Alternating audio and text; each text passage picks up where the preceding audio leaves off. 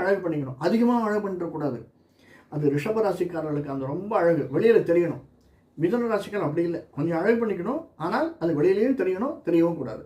அப்படி எண்ணம் கொண்டு ஒரு ப்ளஸ்ஸு ஒரு மைனஸு.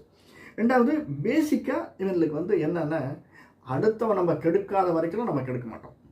அவன் ஏதாவது செஞ்சுட்டான்னா வச்சுக்கிறவா, அவனை எப்படி கவுக்கிறது தெரியும், இன்னும் ஒரு 6 மாதத்தில் நான் வைக்கிறேன் வேணாம், இப்படி எண்ணம் கொண்டவர்கள் பேசிக்காக மிதுன ராசிக்காரர்கள். ஆனால் திருவாதிரை நட்சத்திரம் எப்படின்றத அடுத்தது பார்க்கலாம். இது வந்து பேசிக்காக நம்ம தமிழ்நாடுங்கிறதுனால அடுத்தது நம்ம வந்து ராமநாதபுரம் அல்லது மதுரைக்காரன் அப்படின்னுச்சு, அது எப்படின்னு பார்க்கலாம்.